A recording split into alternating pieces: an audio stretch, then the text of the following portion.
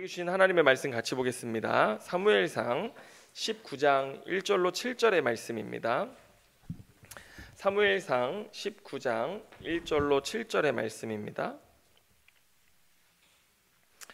네, 오늘도 하나님께서 우리에게 은혜의 말씀을 주실 줄로 믿습니다. 우리 같이 1절부터 7절까지 한 절씩 교독하도록 하겠습니다. 자, 화면으로도 준비됐습니다. 제가 읽겠습니다. 사울이 그의 아들 요나단과 그의 모든 신하에게 다윗을 죽이라 말하였더니 사울의 아들 요나단이 다윗을 심히 좋아하므로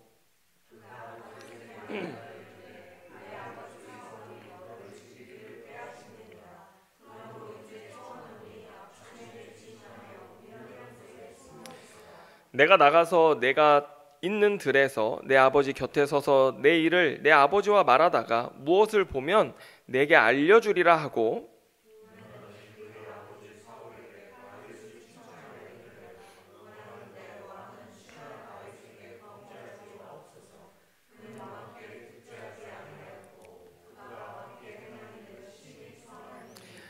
그가 자기 생명을 아끼지 아니하고 블레셋 사람을 죽였고 여호와께서는 온 이스라엘을 위하여 큰 구원을 이루셨으므로 왕이 이를 보고 기뻐하셨거늘 어찌 까닭없이 다윗을 죽여 무죄한 피를 흘려 범죄하려 하시나이까.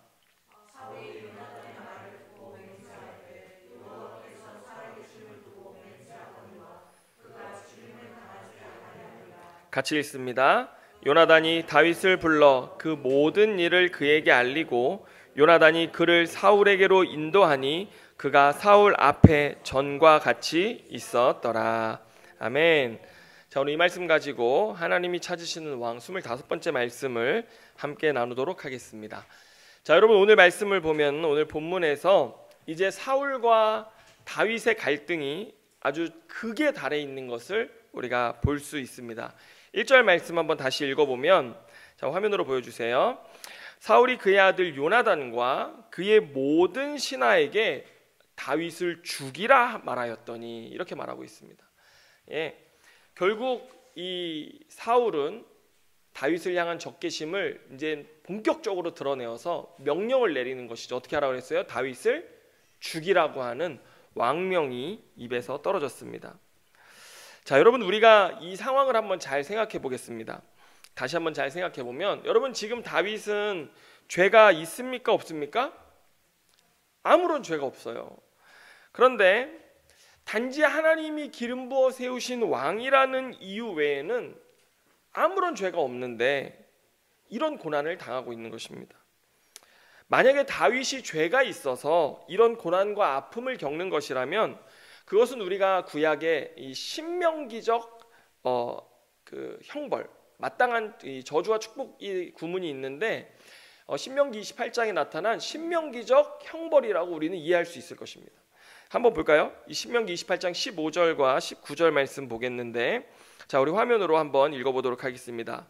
자, 불순종한 자에게 어떤 하나님 벌을 내리시나. 시작. 내가 만일 내 하나님 여호와의 말씀을 순종하지 아니하여 내가 오늘 내게 명령하는 그의 모든 명령과 규례를 지켜 행하지 아니하면 이 모든 저주가 내게 임하며 내게 이를 것이니. 19절도 있습니다. 시작. 내가 들어와도 저주를 받고 나가도 저주를 받으리라. 지금 우리 다윗의 상황을 보면 다윗이야말로 들어가도 저주를 받고 나가도 저주를 받는 상황인 것 같아요. 그런데 신명기와 일치하지 않는 한 가지는 뭐냐면 다윗은 죄가 없다는 것입니다. 죄가 없는데 고난이 오고 삶의 어려움이 오는 것입니다. 여러분, 내가 범죄하지 않는데 내 삶에 찾아오는 고난이 있습니다. 욥도 그랬죠. 우리가 잘 아는 것처럼. 여러분, 내가 범죄하지 않았는데 받는 고난, 그런 고난은 어떤 고난인가? 여러분 한번 따라해 보시기 바랍니다. 나를 왕으로 훈련하는 훈련 과정이다. 시작. 나를 왕으로 훈련하는 훈련 과정이다. 여러분, 고난의 학교에 이제 입학한 것입니다. 네. 왜냐하면 하나님이 우리를 큰 믿음의 사람으로 연단하시기 위한 것입니다. 우리가 하나님 나라의 사명을 감당하기 위해서는 지금 당장의 우리의 모습으로는 그 사명을 감당할 수 없으니 주님 어떻게 하시는 거예요? 우리를 부르실 뿐만 아니라 연단하셔서 하나님 나라의 사명을 감당할 수 있도록 빚어가시는 것입니다. 아멘입니까? 여러분 욥기의 내용을 한번 보세요. 욥이 이유를 알 수 없는 큰 환난과 아픔을 겪었을 때 친구들이 와가지고 욥에게 계속 하는 말이 뭐냐면 신명기적인 답변입니다. 너 신명기에 의하면 죄가 있으니까 이런 벌을 받는 거야 라고 얘기하는 것이죠. 그런데 욥은 죄가 있어요 없어요? 없어요. 자기는 죄진 것이 없는데 욥만큼 온 땅에 하나님 앞에 정결하고 거룩한 사람이 없었어요. 그랬는데도 욥은 고난을 당하니 친구들은 너 그 고난 너의 죄 때문이다. 너가 하나님이 까닭없이 너에게 이런 형벌을 내리시겠느냐 말하는 것인데요. 그런 긴 싸움이 욥기에서 이제 일어나거든요. 1장부터 이제 뭐 40장까지 쭉 일어나요. 그러고 나서 마지막 이제 42장 5절로 6절에 가 보면 이 모든 일을 겪고 난 다음에 욥이 하나님의 음성을 듣거든요. 그때 이런 고백을 합니다. 한번 5절 6절 같이 읽어보겠습니다. 시작. 내가 주께 대하여 귀로 듣기만 하였사오나 이제는 눈으로 주를 배움나이다. 그러므로 내가 스스로 거두어 드리고 티끌과 재 가운데에서 회개하나이다. 여러분 욥은 죄가 없었는데 그 하나님을 만나고선 자신의 그 죄 없음을 하나님께 이제 증명하고 또 막 고백하고 친구들하고의 이 언쟁 속에서 나의 죄 없음을 끊임없이 고백했는데 하나님을 딱 만나고 나서 한 가지를 깨달았습니다. 그게 뭐냐면 하나님은 무죄한 자에게도 고난을 주실 수 있는 권리를 가진 하나님이시라는 것을 깨달았어요. 여러분 중요합니다. 하나님은 죄 없는 자에게도 고난을 주실 수 있는 권한을 가지신 하나님이다라고 하는 것을 깨달은 거예요. 그래서 그는 6절에 회개했지 않습니까? 근데 이 회개는 죄진 것 때문에 회개하는 게 아니에요. 근데 그게 어떤 회개냐면은 하나님 나의 무지함을 회개합니다 라고 하는 회개예요. 여러분 우리의 지혜로는요 하나님의 뜻과 계획, 하나님의 섭리를 다 이해할 수 있습니까? 없어요. 그 하나님을 욥이 만나더니 뭘 깨달은 거예요?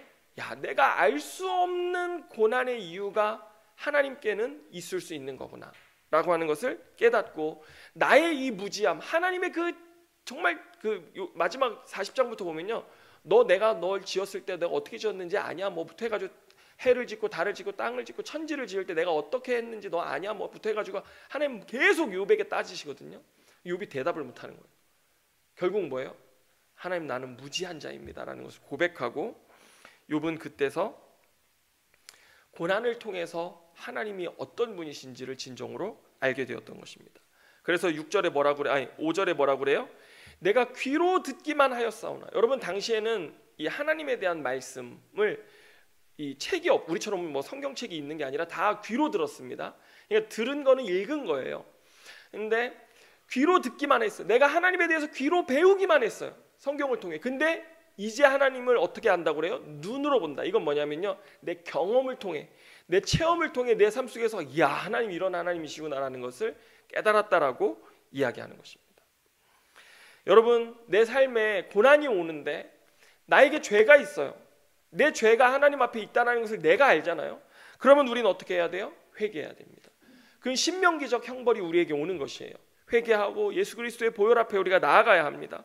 그런데 내 삶에 내가 하나님 앞에 선하고 하나님의 뜻 가운데 온전히 살아가고 있는 것 같은데 고난이 온다면 뭐 해야 돼요? 하나님을 바라봐야 됩니다. 하나님, 내가 하나님 바라보길 원합니다. 하나님을 알기 원합니다. 이 고난을 통해서 이 일들을 통해서 나에게 어떤 하나님을 알게 하기 원하시는지 내가 하나님 알기를 원합니다. 내가 듣던 하나님이 아니라 내가 듣던 것보다 더 놀라우신 하나님 어떤 하나님인지 알게 되기를 원합니다라고 믿음의 기도를 주님께 드리며 나아가야 되는 것입니다. 오늘 다윗은 하나님의 손에 이끌려서 이 연단의 길, 고난의 학교로 들어서게 되는데요. 그런데 이 연단의 길 어디에서도 하나님 계신 것 같습니까? 안 계신 것 같습니까? 안 계신 것 같아요. 예? 지금 성경에 하나님이 안 나와요. 하나님이 사울과 다윗만 나와요. 그 관계 속에서 하나님이 결국 다윗을 연단하시는데 여러분 보면 결국 하나님은 다윗을 홀로 이 연단의 길을 가게 하십니다. 우리가 앞으로도 보겠지만 여러분 다윗이 지금 왕궁에 있잖아요. 그런데 점차 다윗이 어디로 가게 되냐면 우리가 이제 보면은 라마로 갑니다. 사무엘에 있는 라마로 나갔죠. 그 다음에 또 어디로 가냐면 여러분 21장 10절에 한번 볼까요? 자, 화면 한번 같이 보겠습니다. 시작. 그날에 다윗이 사울을 두려워하여 일어나 도망하여 가드 왕 아기스에게로 가니. 여러분, 가드는 블레셋입니다. 지금 블레셋은 다윗에게 편한 곳입니까? 불편한 곳입니까? 내가 골리앗을 죽였잖아요. 그런데 도망가다 어디로 간 거예요? 적국에 도망가게 되는 것입니다. 그런데 거기서 미친 척하고 지내려고 했는데 그것도 안 되겠어요. 그래 다시 도망 나와요. 도망 나왔다가 어디로 가냐면 아둘람 굴로 가기 시작하는데 그때부터 다윗은 광야 사막에서 지내게 되어집니다.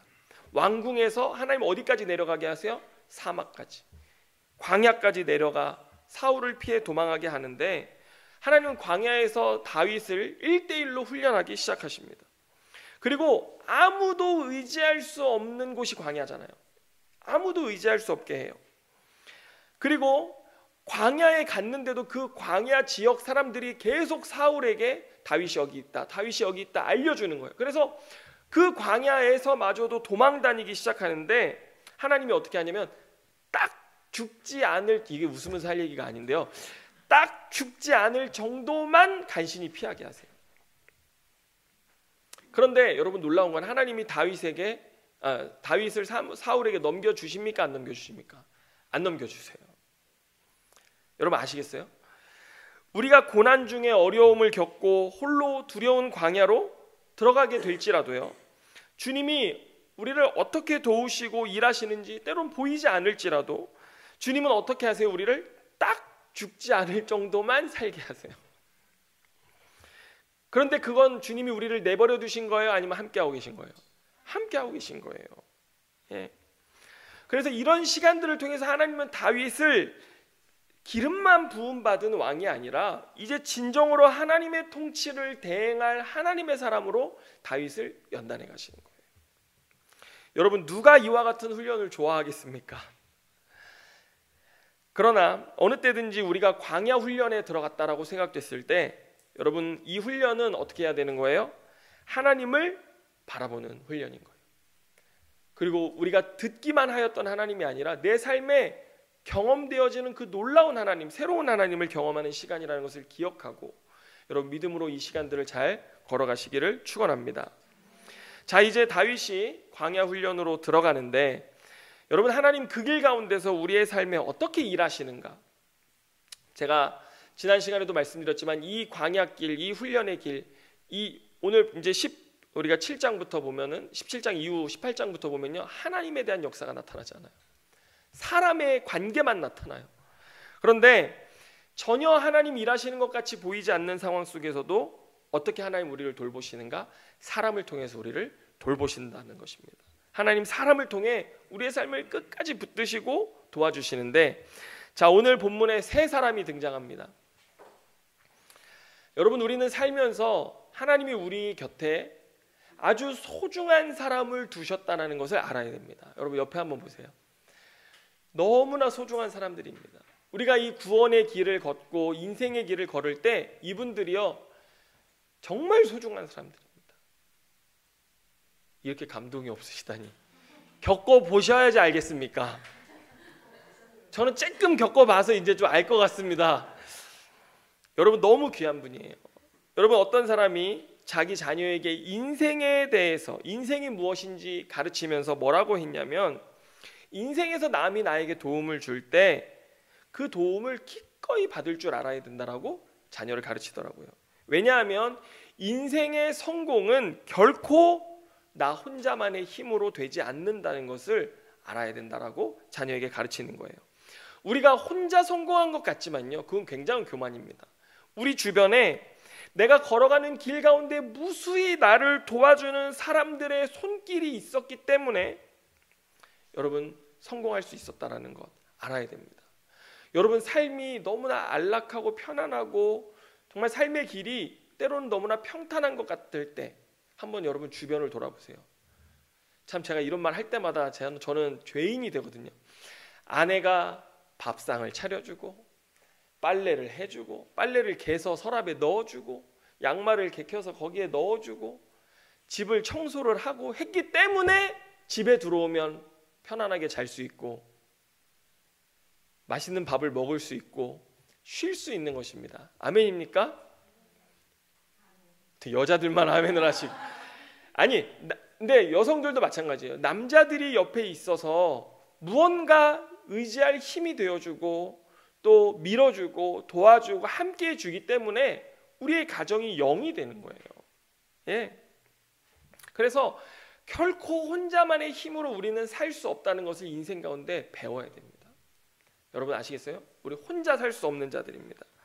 우리 주변에 우리를 성공할 수 있게끔 도와준 귀한 분들이 있는데요, 오늘 다윗 곁에도 그런 세 사람을 하나님 붙여주셨어요. 첫 번째 누굽니까? 요나단입니다. 왕으로부터 다윗을 죽이라는 명령이 떨어졌을 때 2절을 보면 요나단이 제일 먼저 다윗에게 달려가서 그 소식을 전해주고 그를 은밀한 곳에 숨겨줍니다. 그리고는 사울 왕을 찾아가서 다윗에 대해서 대변합니다. 아버지가 올바른 선택을 하실 수 있도록 아버지에게 정말 진언을 드리는 사람 누구예요? 요나단이었어요. 19장 5절 한번 볼까요? 같이 읽습니다. 시작. 그가 자기 생명을 아끼지 아니하고 블레셋 사람을 죽였고 여호와께서는 온 이스라엘을 위하여 큰 구원을 이루셨으므로 왕이 이를 보고 기뻐하셨거늘 어찌 까닭없이 다윗을 죽여 무죄한 피를 흘려 범죄하려 하시나이까. 여러분 이 말을 들으니까 사울 왕이 잠깐 정신이 들어서 이제 다윗 죽이지 않겠다고 맹세하고 다윗을 다시 왕궁으로 복귀시킵니다. 그 일을 하는 데 있어서 제일 중요한 역할을 했던 사람 누구예요? 요나단이었어요. 여러분 하나님께서는요 우리 곁에 우리를 사랑하는 사람들을 두셔서 그 사람들을 통해 역사하세요. 우리가 어떤 힘든 상황 속에 있을 때 우리를 보호해주고 우리를 위해 직접 나서서 위험을 무릅쓰고라도 우리를 대변해주고 중재자의 역할을 해주고 이럴 때 아멘도 하시면 얼마나 좋을까요? 그러면 그런 사람들을 하나님이 옆에 붙여주실 텐데 그 어려움을 이겨낼 수 있게 하는 분들을 돕는 손길들을 우리 곁에 붙여주시는 거예요. 예. 여러분 그래서 그 사람이 누구예요? 하나님의 대리자 역할을 하는 사람이에요. 그분이 하나님의 보내신 사람이라는 거예요. 여러분 하나님 그렇게 일하시는 것입니다. 근데 이런 일 정말 쉬운 일이 아닙니다. 여러분 우리가 20장에 가보면요 33절에 요나단이 다윗에 대해서 두 번째로 대변했을 때 어떤 일이 일어납니까? 한번 같이 읽을까요? 시작.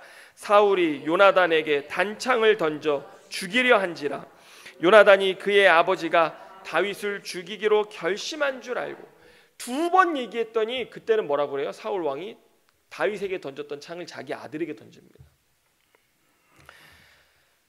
하나님께서는 우리 곁에 이렇게 우리를 사랑하는 사람들을 두셔서 그들을 통해 우리를 인도하시고 우리를 지켜 보호하시는데요, 여러분 하나님은 이렇게 사람을 통해 우리 곁에 계시는 줄로 믿으시길 바랍니다. 오늘 우리 옆에 있는 사람들 누구예요? 하나님이 보내신 사람들이에요. 이제 조금 이제 와 닿으십니까? 네. 여러분 제가 어린이집에서 떡 수업을 하지 않습니까? 4월 한 달에는요 너무 바빴어요. 정말 제가 설교를 준비하는 게 기적일 정도로 바빴어요. 토요일에는 애들 시험 기간이었죠. 영우 야구 쫓아다녔죠. 정말 설교를 준비하는 게 기적이었어요. 그런데 여러분 이렇게 제가 떡 수업을 해서 사업이 정착하고 이렇게 잘 진행되기까지 아내가 옆에서 도와줬죠. 이 카페 공간에서 떡 찔 수 있고 준비할 수 있게 배려해줬죠. 여기 이제 안 오셨지만 허기 집사님 수업 교사로 정말 적은 돈 받으시면서 수고해 주셨죠. 여기 최성미 집사님 도와줬죠. 민재 전사님 도와줬죠. 윤아자매도 와서 알바로 뛴 적 있죠. 우리 장모님도 와서 뛰신 적 있죠. 여러분 추석이면요 이분들이 싹 다 오셔가지고 새벽 6시부터 송편을 몇천 개를 빚어가지고 그걸 또 포장을 해가지고 이분들을 다 수업을 보내고 저도 한 군데 가고 이거를 추석 일주일 동안 했는데, 그렇게 이런 도와주시는 분들의 도움 덕분에 이 사업이 이제 정착이 되고 확장이 되고 늘어나는 것들을 보게 돼요. 그래서 지난주에 유선희 집사님이 떡을 돌리시는 걸 보니 아, 나도 돌려야겠구나. 설교를 준비하는데 아니요. 이런 은혜가 나에게 있는 줄 내가 몰랐구나. 그래서 제가 다음 주에는 우리 야외 예배도 드리니까 떡을 마치도록 할 테니까요. 사모님은 딱 주문을 하시기 바랍니다. 네, 아시겠죠? 네. 뭐 영어 학원, 수학 학원도 마찬가지예요. 민재도사님이 떡 수업 끝나고 저랑 같이 와가지고 수학 가르쳐주고, 또 여기 우리 카페 알바하는 자매의 동생이 또 기회가 돼서 와가지고 수학을 가르쳐주고, 지금은 통영 형님 목사님이 소개해준 마산 목사님의 딸이 여기 역곡에 있는 가톨릭 대학교를 다녀서 와서 또 수학을 가르쳐주고, 정말 이런 분들이 얼마나 잘 가르쳐줬는지 그분들의 수고와 도움 덕분에 학원도 안정이 되고 또 하나님 그걸 통해서 복을 주시는 것들을 경험해요. 여러분, 오늘 여러분들의 삶은 어떻습니까? 주변을 한번 돌아보세요. 여러분, 우리는 주변에 하나님이 좋은 사람을 주신 것 때문에 감사할 줄 아는 믿음의 성도들이 돼야 될 줄로 믿습니다. 하나님 이런 관계를 통해서 우리에게 복을 주시는 거예요. 자, 그런데 사울 왕은요, 이제 다윗이 왕궁에 다시 복귀했잖아요. 근데 블레셋과의 전쟁이 또 일어났어요. 그래서 다윗이 나가서 이제는 또 승리하고 돌아왔어요.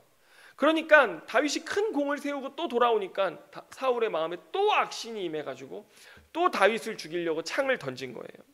그러자 이제 다윗은 집으로 밤중에 피신을 하게 됩니다. 여러분, 제가 지난주 말씀을 잘 적용하고 승리하셨는지 한번 점검을 해보겠는데요. 저는 꼭 이렇게 설교를 하잖아요. 그러면 그 주간에 이 일을 꼭 경험해요. 근데 지난주에 제가 어떻게 하라 그랬어요? 화가 임할 때 피하라 그랬잖아요. 피했어요. 네? 근데 저는 거의 대부분 제가 한 말씀을 잘 지키질 못해요. 그래가지고 네 말씀대로 살아라 이 말을 하는 사람이 제 집에 있어요. 설교대로만 살면 나는 정말 100점짜리 뭐 남편이다 뭐 이런 얘기를 하는 사람이 꼭 있어요. 그런데 이번 주에는 한 70% 80% 제가 지켰어요. 그래가지고 화가 임하는데 얼마나 꾹 참고 피하려고 노력했는지 몰라요. 예. 화가 임해요. 막 화가 옆에서 막 임하는데 제가 계속 피하려고. 그래서 저를 공격하는 사람 앞에서 분노로 대응하지 않고 피했는데, 여러분 어떻게 잘 피하셨습니까? 분명히 여러 번 왔을 거예요, 그 분노가. 예. 그런데 여러분 이렇게 말씀을 듣고 순종할 때 복이 임하는데, 오늘 다윗도 밤중에 어디로 피했어요? 자기 집으로 피했습니다.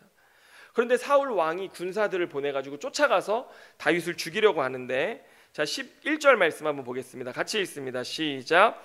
사울이 전령들을 다윗의 집에 보내어 그를 지키다가 아침에 그를 죽이게 하려 한지라.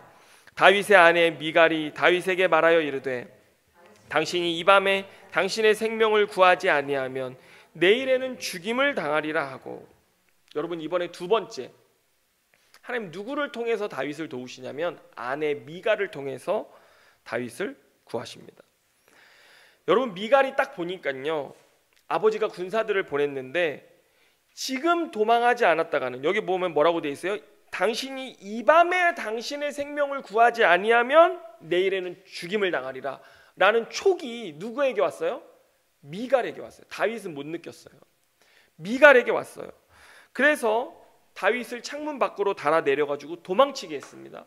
그리고 심지어 우상을 갖다 놓고 염소털로 머리를 숨겨가지고 입을 탁 덮어놓고, 병사들, 사울이 보낸 병사들에게 지금 다윗이 몸이 아파 누워있다라고 얘기했는데, 이게 뭐냐면 고대에는 이 군사들끼리 싸울 때에도 예법이 있었어요. 그게 뭐예요? 병든 사람은 싸우지 않는 거예요. 그러니까 병사들이 어떻게 했어요? 다음날 아침 때까지 우선 기다려보겠다라고 해서 밤새 기다려요. 그렇게 해서 다윗이 도망갈 수 있는 시간을 벌어준 것이죠. 예, 아내 미갈이 이런 지혜를 발휘해서 남편을 도피시키고 그 다음에 남편이 도망갈 수 있는 시간까지 벌어줬는데, 나중에 이게 사울이 안 되겠는 거예요. 그래서 뭐라고 하냐면 그 아픈 다윗 침상째로 가지고 오라고, 내가 죽이겠다라고 얘기하는데, 들어가 보니 미갈이 속인 거예요. 그래서 아버지를 속였잖아요. 그래서 아버지가 딸에게 막 뭐라고 했더니 다윗이 도망가지 못하게 하면 나를 죽이겠다고 해서 보냈다라고 거짓말을 해서 모면을 하는데, 여러분 특히 남편들은요, 인생의 아내들의 직감, 아내들의 촉을 믿으셔야 돼요. 아내들의 말을 잘 들어야 우리는 살 수 있어요. 여러분 이거 제가 말하는 거 아니잖아요.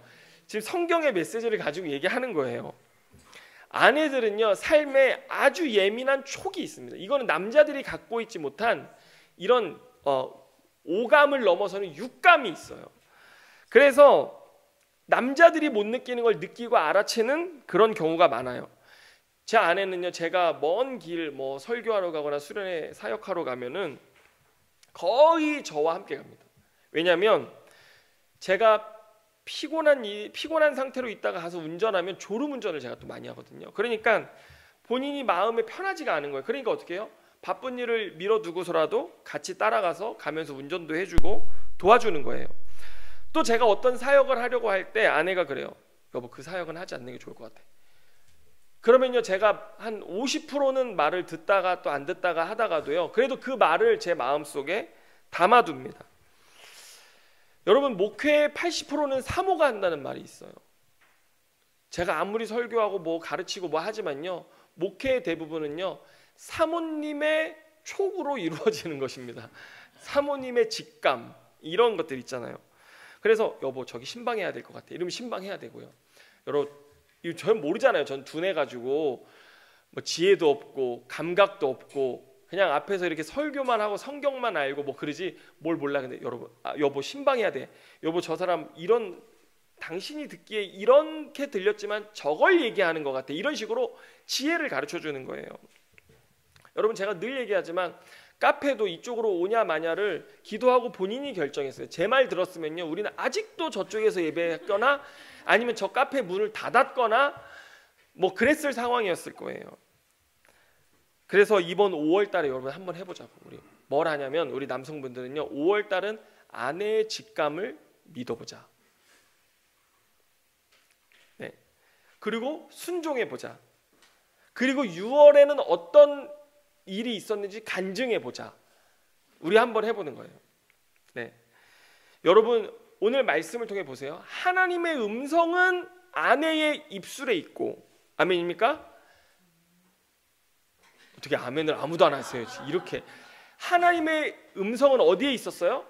미갈의 입술에 있었어요.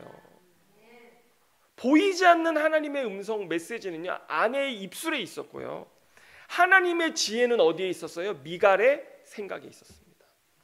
여러분 보이지 않는 하나님이 이렇게 역사하신다는 것을 우리가 깨달아야 돼요. 정말로. 그래서 하나님은 가정을 통해서 오늘 우리에게 말씀하시고 임재하시고 역사하신다는 것을 아셔야 합니다. 그래서 우리는 우리를 사랑하는 가족 안에서 하나님이 나와 함께 하시고 나를 가르치시고 나를 양육하시고 나를 훈계하시고 길을 인도하시는 하나님이심을 알아야 되고요. 그 하나님의 역사가 지금 아내의 입술과 아내의 생각을 통해서 나에게 전해지고 있다는 사실을 우리가 알아야 하는 것입니다.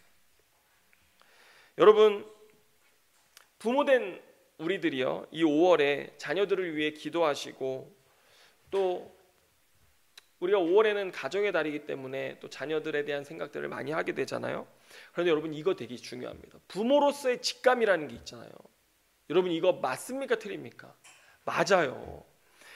부모로서 자녀가 뭔가 위험한 것 같고 부모로서 자녀가 뭔가 가지 말아야 될 길을 가는 것 같고 부모로서 자녀가 이때 이걸 해야 된다라고 생각됐을 때는 여러분 지혜롭게 잘 권면하시기를 바랍니다. 여러분 저도 요즘 자녀들한테 제일 관계 가운데 어려운 게 뭐냐면요 말을 안 들어요.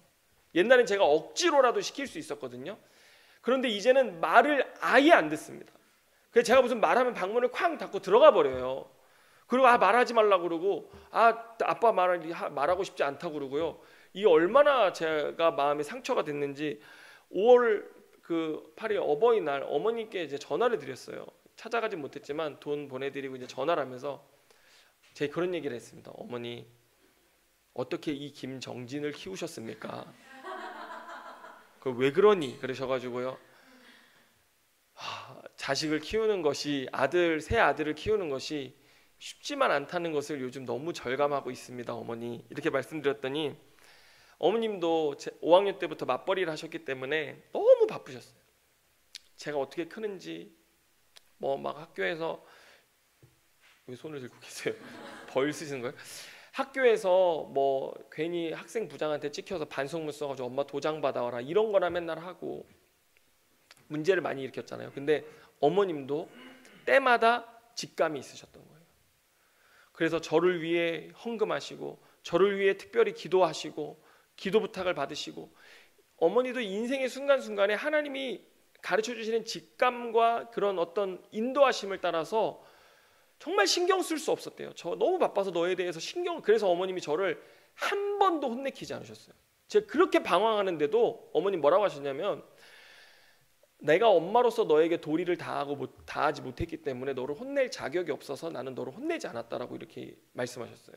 그런데 그 순간순간마다 어머님은 어떻게 하셨어요? 저를 위해 기도하시고 뭐 헌금하시고 이런 어떤 믿음의 결단과 행동들을 통해서 하나님이 너를 키우신 거다 이렇게 저한테 얘기를 하시는 것들을 볼 수 있어요. 여러분, 자녀를 키우는 것도요 우리의 힘으로 되지 않습니다. 점점 더 느껴요. 그런데 여러분, 하나님이 오늘 나를 통해서, 남편을 통해서, 가족을 통해서 깨닫게 하시고 느끼게 하시고 직감하게 하실 때가 있어요. 그럴 때 하나님은 우리의 입술을 통해서 자녀에게 말씀하시고 우리의 직감과 그 지혜를 통해서 자녀의 길을 인도해 가시는 것들이 있다는 것을 여러분 아셔야 돼요. 그래서 우리가 기도하면서 이 5월 한 달에는요 자녀에게 잘 권면하고 또 남편에게 잘 권면하고 남편은 아내에게 잘 권면함으로써 여러분, 하나님이 우리를 통해서 이 관계 속에서 어떻게 역사하시는지 그거 경험하기를 원한다는 것입니다. 아멘입니까? 자, 이제 마지막으로 다윗은 어디로 도망하냐면 사무엘이 있는 라마나요스로 도망합니다. 19장 18절 우리 같이 읽습니다. 시작. 다윗이 도피하여 라마로 가서 사무엘에게로 나아가서 사울이 자기에게 행한 일을 다 전하였고 다윗과 사무엘이 나요스로 가서 살았더라. 여러분, 자신에게 기름 부어 세운 사람이 누구예요? 사무엘이잖아요. 그래서 사무엘에게 도망갔어요. 도망가서 자기가 겪었던 모든 일들을 사무엘에게 얘기했어요. 아마 오늘 본문에 나와 있지 않지만 우리가 행간을 통해서 이해하는 것이 뭐냐면, 하나님 왜 나에게 기름 부으셔서 나 이렇게 고난당하게 하시고 어려움 당하게 하시고, 사무엘에게 아마 다윗이 많은 이야기를 했을 것 같아요. 여기 보면 나요스로 가서 살았다라고 하죠. 잠시 동안 거주했던 것 같아요. 그런데 또 누군가가 다윗이 여기 있다라고 사울에게 알려서 사울이 쫓아오는데, 여러분 정말 우리가 이 본문 가운데 어떤 일들이 일어났는지 정말 잘 몰라요. 많은 것들을 본문이 말하고 있지 않는데 본문이 말하고 있는 아주 중요한 단서 한 가지가 있습니다. 20절 말씀 우리 보겠습니다. 같이 읽습니다. 시작. 사울이 다윗을 잡으러 전령들을 보냈더니 그들이 선지자 무리가 예언하는 것과 사무엘이 그들의 수령으로 선 것을 볼 때에 하나님의 영이 사울의 전령들에게 임함에 그들도 예언을 한지라. 아멘. 자, 여러분 20절에 보면요 다윗을 잡으러 군사들을 보냈어요. 그런데 여기 보면 20절에서 중요한 부분이 여기입니다. 그들이 선지자 무리가 예언하는 것과 사무엘이 그들의 수령으로 선 것을 봤다라는 이것입니다. 여러분, 사무엘의 지도 아래에서 선지자들은 말씀의 훈련을 받았어요. 여러분, 하나님이 성경에 선지자들을 등장시킨 때가 언제냐면은 왕이 서면서부터입니다. 왜냐하면 전에는 왕이 없을 때는 선지자가 필요 없었어요. 하나님 직접 하나님 사람을 통해서 말씀하시면 됐어요.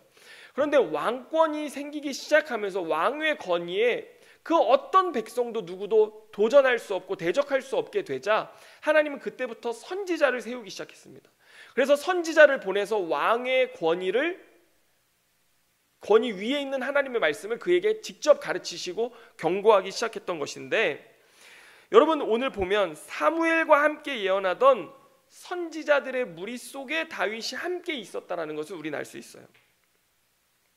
그런데 왜 성령 하나님은 다윗을 잡으러 오는 전령들이 벌써 사울 왕까지 해서 3차례나 오거든요. 그런데 올 때마다 하나님의 영이 전령들을 막고 그들도 예언하게 하셨어요. 여러분 왜 그러셨을까? 우리가 이걸 잘 생각해 봐야 되는데, 여러분 다윗을 기름 부으신 하나님, 그리고 다윗을 통해서 하나님은 이스라엘 백성들 가운데 구원의 계획을 이루어 가기를 원하셨단 말입니다. 그 일 가운데 다윗을 세우셨는데, 하나님이 다윗이 이 사무엘과 그의 선지자들이 막 예언하는 그곳에 다윗이 같이 있을 때 다윗을 잡으러 오는 사울의 군사들을 성령 하나님께서 어떻게 하셨어요? 막으셨어요. 그리고 그들도 사무엘이 하는 예언, 선지자들이 하는 예언을 같이 따라하게 했단 말입니다. 심지어 사울 왕까지도 그 예언을 같이 따라하게 했단 말입니다. 이게 뭐냐면 하나님의 구원의 계획과 하나님이 기름 부으신 사람을 통해 행하시려고 하는 성경의 커다란 구원의 계획이 있습니다. 그 구원의 계획을 하나님이 인도해 가시는데, 진행해 가시는 데 있어서 하나님 구원, 그 기름 부음 받은 그 사람을 하나님 사용하시고 지키시고 보호하신다라는 것을 다윗의 눈으로 보게 하신 것입니다. 그리고 어떻게 했어요? 그 모든 대적들도 결국 하나님의 영 앞에 굴복하고 복종해서 하나님이 그 구원의 일들을 이루실 것입니다라고 하는 예언을, 하나님의 말씀을 선포하게 하셨다라고 하는 것입니다. 그걸 다윗이 보면서 어떤 것을 경험했을까요? 하나님은 이 일을 반드시 이루실 것이구나. 그리고 그 하나님의 구원의 계획이 진행되는 일에 있어서 세상의 그 어떤 강한 대적들도 그 하나님 앞에 굴복하고 복종하게 될 것이구나라는 것을 다윗이 눈으로 보고 경험하게 되었던 것입니다. 여러분의 인생길을 갈 때 제가 옆에서 같이 여러분들과 함께 그 길을 동행하지만, 여러분은 언제든지 하나님이 저의 삶을 통해 여러분들에게 증언하게 하시고 가르치게 하시고 설교를 통해서든지 권면을 통해서든지 여러분들에게 전하게 하신 말씀은 한 가지입니다. 뭐예요? 하나님이 여러분과 저를 하나님의 자녀로, 하나님 나라 백성으로 그 하나님 나라의 완성을 위해 부르셨고, 오늘 우리의 삶을 연단해 가실 때 우리가 어떤 어려움에 있더라도 우리는 뭘 보게 하시는 거예요? 하나님의 구원의 계획은 결코 저지되지 않고, 세상의 어떤 권세가, 어떤 어려움이 우리의 앞을 막는다 할지라도, 우리가 어떤 하나님의 일들을 할 때 우리가 어려움이 있으면 주저앉게 되잖아요. 그런 어려움이 있을지라도 하나님은 그 어려움마저도 하나님 앞에 굴복하게 하시고 그 일을 계속 진행해 나가시고 인도해 가신다는 것을 저는 여러분들에게 가르쳐주고 알리고 다시 되새기고, 여러분, 그래서 설교가요 막 거리가 있어가지고 계속 하는 게 아닙니다. 같은 말을 계속 하는 거예요. 했던 말 또 하고 했던 말 또 하고, 저도 뭐 더 새로운 말씀으로 새로운 예화로 막 더 여러분들에게 독려하고 싶지만요, 하나님의 말씀은 언제나 변함이 없이 가라, 내가 너와 함께한다, 내가 너를 사랑한다, 내가 너를 지킨다, 내가 너를 보호한다, 너를 인도할 것이다 라고 말씀하시는 그 하나님의 한 말씀, 변함없는 말씀이라고 하는 것입니다. 에베소서 1장 22절 23절 보겠습니다. 이 말씀 읽고 우리 이제 말씀 마치겠는데요, 같이 읽습니다. 시작. 또 만물을 그의 발 아래 복종하게 하시고 그를 만물 위에 교회의 머리로 삼으셨느니라. 23절.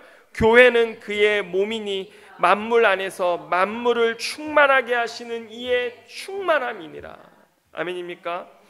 여러분, 만물을 예수 그리스도의 발 아래 복종하게 하실 때까지 주님은 오늘 우리를 통한 구원의 역사를 계속해서 이루어 가실 것입니다.